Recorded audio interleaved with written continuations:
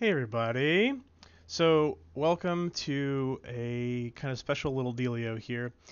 In preparation for our upcoming session of the Anchored arc, I figured it would be good to have some kind of background information on some of the things that went on inside of the temples of the Cancrizans Cartographers, as this is going to be important information for what goes on in that session. And I didn't feel like it would be helpful to anyone to kind of stumble through all of this at the beginning of the session.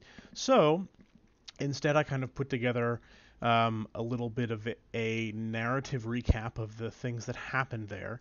And I'm just going to spend this session basically just reading through. I'll have the text up here on the screen so you can follow along if you like. Um, and yeah, I mean, I wish I was kind of at a level where I could, have some cool artwork here or some music going on during the stream, but I'm definitely not there yet, and I'm also a terrible artist, so that is the thing that's not going to happen. I tried putting together some diagrams and things like that, um, and it did not go well, so I tried. Um, so anyway, Oh, I am Dan, also known as the Wraith, and I will be leading you through this little narrative recap of things that happened in the temples of the Cancrizans Cartographers in our previous episodes or sessions of our Dungeon World campaign called The Dawns Our Voyage Holds. So, without further ado, let me take a drink and I will tell you a little story. Where'd my water go? Here it is.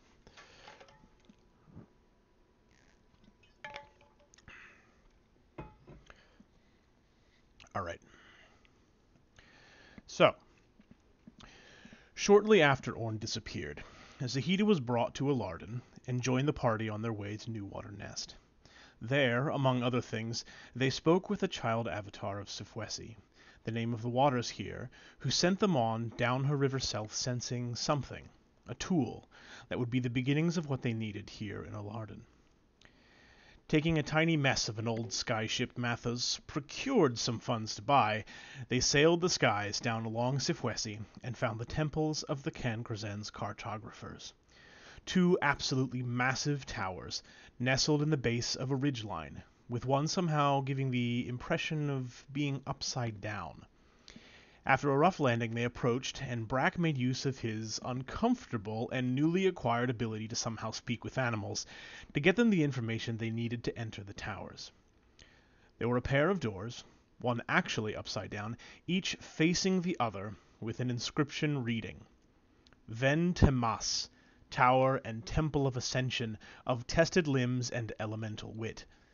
Ven Samet, Tower and Temple of Dissension, of notched steel and shadowed courage. They split up as per the directions they received, with Aridia and Zahida choosing to enter the Tower of Ascension, and Brack, Mathos, and Fawit entering the Tower of Descension. In the Tower of Ascension, Aridia and Zahida were greeted by the sight of a huge vertical cavernous interior with structures that were difficult to tell if they were natural or constructed. Parts with small waterfalls of slightly viscous, nearly opaque liquid in a deep emerald color that shifted and internally pearlesced depending on the light, all rising upward to a circle of what appeared to be an incredible starlit night sky, with sounds of waves and breezes floating down to them. All around they could see strange creatures the size of bears made of earth, wood, and stone slowly milling about and climbing around, seemingly harmless. In the center there was a natural-looking stone pillar with hewn steps spiraling up to a large stone door.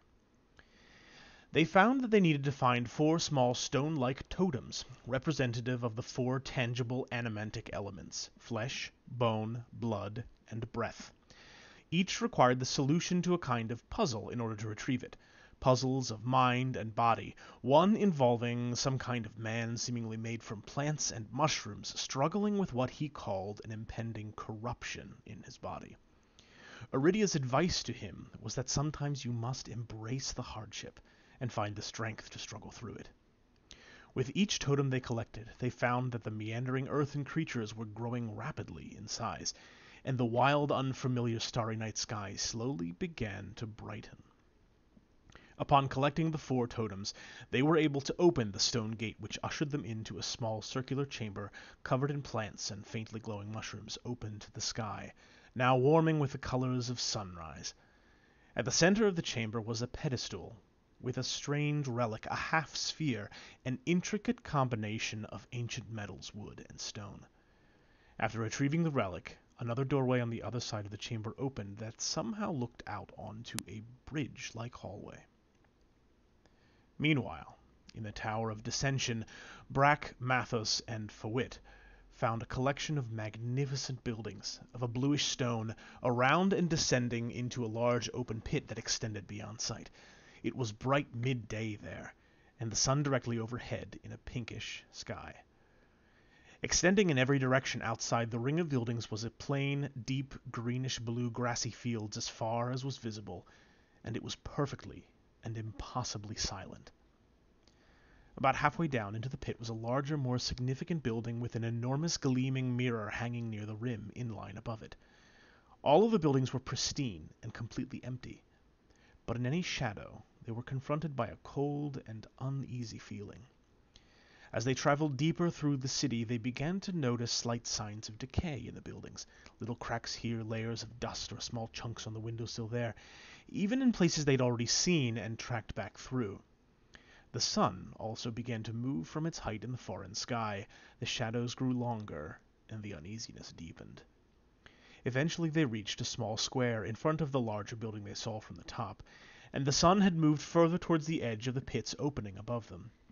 The buildings had now grown even more worn, with small purple and bluish-green vines and weeds beginning to poke through growing cracks in the decaying stonework. Above them, the enormous mirror had been moving slightly with the sun, always reflecting its light toward the square where 2 other mirrors, only as tall as a man here, had misaligned due to the decay of the structures supporting them. With some effort, they were able to realign them, which scattered the light into the building, then on to somewhere further down the pit. It pushed back the shadows inside with slightly more effort than seemed entirely natural. At the center of the large open building was a pedestal, with their own relic half-sphere resting upon it. As they removed it, the shadows outside became restless, revealing swarms of twisted, barely corporeal versions of quill the size of large birds. With the relic in hand, they had no choice but to arm themselves with torches and some attempts at animantic light, and plunge into the shadow to continue their descent. Weapons flared as they charged and fought their way through the undulating swarms as the shadows ever deepened, often obscuring their paths. With the sun disappeared past the edge of the pit far above them, the sky fading with the colors of an alien sunset, and the decay now showing broken walkways and partially collapsed buildings. Sprinting headlong through the terror, they finally made it to another large open building with a door, inside capped by a crystal. With further efforts to properly direct the lone beam of light from the first large building above, the door opened, revealing a bridge-like walkway.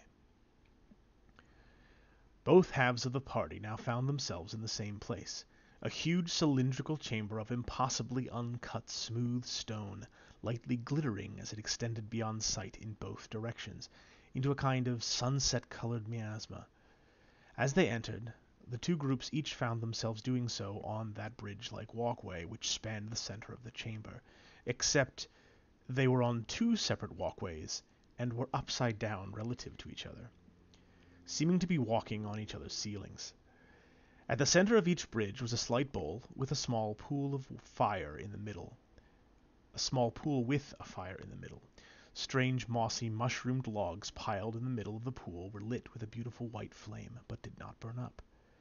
There was no smoke, but trails of sparks and small sprays of water floated directly back into the fire and pool upside down on the other walkway above it. Here they spoke of their experiences and took the chance to briefly rest, treat their wounds as best they were able, and fruitlessly experiment with each other's relic halves. As far as they could tell, they were as of yet inert. Venturing to the other end of each walkway, they steeled themselves and stepped back into the second halves of their respective temple towers. Back in the Temple of Ascension, Iridia and Fawit found themselves about halfway up the widening stone shaft, the sky above losing the colors of sunrise as it got brighter, and the creatures were now the size of mansions and climbing up the inside of the shaft. They found that one of the creatures had what appeared to be some kind of covered structure on its back. Through Zahida's physical prowess, they were able to reach it and find 4 small shrines, one for each of the intangible animantic elements: instinct, thought, sense, and spirit. They absorbed the energy of these shrines with the half-sphere relic, which appeared to provide it with some kind of charge or power. Riding the creature to the top of the shaft, they were greeted by the sight of striking rock formations jutting up from beaches of red sand that encircled the shaft, running a short way into milky white ocean that stretched to every horizon. Light now came from directly above them in the form of 2 small suns, huddled close together as the creatures, now the size of small hills, climbed out to lie down to rest in the shallows, or wade out into the sea until they disappeared. In a small clearing of the red sand was a large freestanding gateway, through which a large strangely lit hall could be seen. Entering again into the Temple of Dissension, Brack, Mathos, and Fawit came out onto the top of a crumbling staircase that spiraled down around to the bottom of this pit city, covered in a stifling silence. The sky above was darkening from its wild sunset, fading to a deep maroon. In the immediate area of the doorway was one brazier-like pillar with a perfectly spherical, glossy black stone enveloped in a white flame that cast a good deal of light on the bluish stone around them, now broken and covered with purple and blue-green plants. Taking this spherical light, they ventured carefully down the perilously decaying staircase. The shadows churned and swirled on the edges of the light, but all was still silence, until they reached the bottom and heard a ragged, labored breathing emerging from a hulking form made of rotten flowers, decaying leaves, and foully glowing mushrooms. The figure rose heavily to greet them, and spoke grievingly to them of a corruption that had overtaken him, which he was determined to embrace and struggle through, though it threatened to flood him with the urge to devour them. This was indeed the advice Iridia had given his pre-corrupted form back in the other temple. Mathos stepped up and insisted that this was terrible advice, and that he must try to fight the corruption. Valiantly convinced, the creature gave its last effort to throw its will against the corruption, and he withered away, feeding his remaining essence not into rage and violence, but instead into their half of the relic, filling it with power. After taking the time to silently and solemnly bury the body in the rubble, as the sky far above them fell black and lit with a multitude of colored stars, a gateway appeared before them where none was present before, though through which the large, strangely lit hall could be seen. The 2 parties were reunited once more as they both stepped through their doorways into a huge hall with a vaulted ceiling, trussed by intricate rafters and a kind of enormous orrery-like chandelier that slowly and continually reconfigured itself, shifting light about the space. The 2 side walls were lined by a pair of windows, each with a large map hung between each pair, all of them different, showing what appeared to be a Lardin in various stages of potential pasts and futures. Every pair of windows somehow looked out to view each of these different landscapes, with all the windows on the left wall showing the night, and every scene on the right side windows showing daylight. At the center of the hall there was a large circular stone altar, with a kind of inverse fountain of slightly viscous, nearly opaque liquid in a deep emerald color that shifted and internally pearlesced depending on the light. This fluid collected into a stream that flowed up into the center globe of the orrery chandelier. Behind the altar were 2 statues, the left one 30 feet tall, occasionally appearing to swirl and transluce, was dressed in fine-looking battle robes, and was holding an enormous hammer with the figure of some sort of bird on the back. The right one, 20 feet tall, was covered in an incredible number of plates of intricate armor that scattered the light in magnificent ways. Iridia took the relic halves and lost no time connecting them together, finding a few mechanisms that she thought should be able to be manipulated. She activated it, and a wave of immensely powerful temporal energy erupted from it, turning them all to dust, killing them almost instantly. Iridia then found herself back in the same position moments before, remembering a wave of heat and energy that aged her 1,000 years in a fraction of a moment. But no one else knew what she was talking about. Feeling the relic pulling toward the altar, she approached, and the statues began to move. They had awoken the ancient and transcendent forms of two of the Cancrizans Cartographers. Weapons passed directly through the left one, who immediately charged directly at them with its hammer, obliterating a few of the party in a single mighty swing. The right one stepped back, and safe in the shell of its armor began to weave some ancient and terrible magic. Desperate to survive, the remainder of the party tried to escape the hammer blows, but when the magic of the armored one was made complete, they were all once again wiped from the face of existence. Iridia once again found herself standing with the relic in her hands, with the hammer-wielding cartographer charging towards them, the disturbing memories of another horrific death fresh in her mind. The party looped like this a number of times, finding as they attempted different tactics that only the people who had touched the charged relic were able to remember the string of previous deaths and failures. In every new loop, the cartographers brought new and terrible powers to bear, proving their mastery over time and space. Eventually, they were able to devise a course of action that led them to place the relic inside the rising column of emerald liquid, which, drawing on whatever magic flowed therein, was able to direct a beam of immense energy that disintegrated layers of the one cartographer's armor, allowing them to finally strike blows against it. The first cartographer shrieked as it died, exploding with a horrible energy that collided with the relic and caused something impossible to happen. Ripped from some myriad of other pasts, futures, or dimensions, more than 100 figures flooded into the hall, versions of each one of the party members, some younger, some older, all themselves but somehow different. An older Zahida, grizzled and mighty from years on the battlefield, an elder Brack, heroic and determined, a number of Fawits, still or again in the dark garb of the faithhood she was exiled from. With this new help, through more losses at the end of its massive hammer, they were all able to bring down the remaining cartographer to its end. Godlike though they might have been, they died all the same. Many questions with few forthcoming answers were posed when the battle had ended, but in the aftermath it was determined that the relic was now immovable in the fountain, and whatever magic had pulled the other versions of themselves here, it also now anchored them to this place. All were now here, truly and in the flesh, but only the original 5 could leave. Finding another exit from the hall, they found it led to an absolutely massive hangar that housed an unbelievable behemoth of a skyship. Half mountain, half flying city, this was the horizons of infinite correlation.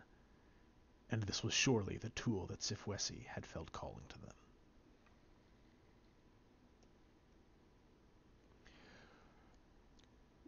Oh, thanks for the comment about my hair. I appreciate that. So, there you go. Sorry that was a little messy. Sorry. I don't know if my wife tried to come in at one point. It was a good time. Anyway, so I'm really looking forward to this game. The anchored session that we're doing, I believe it's on Monday. We're going to have a great time. I get to play a little bit, and we get to salami. Great. So we get to play this game, and we get to tell the story of then what happens to this group of alternate reality time copy versions of our player characters after the player characters have come back, retrieved the Horizons, the ship, and then left again. And then the the time copy alternate reality people here get to try and make a place to call their home, and it's going to be really great. So I hope to see you all then, and until then, I am Dan, also known as the Wraith, and I'll see you all later. Bye now.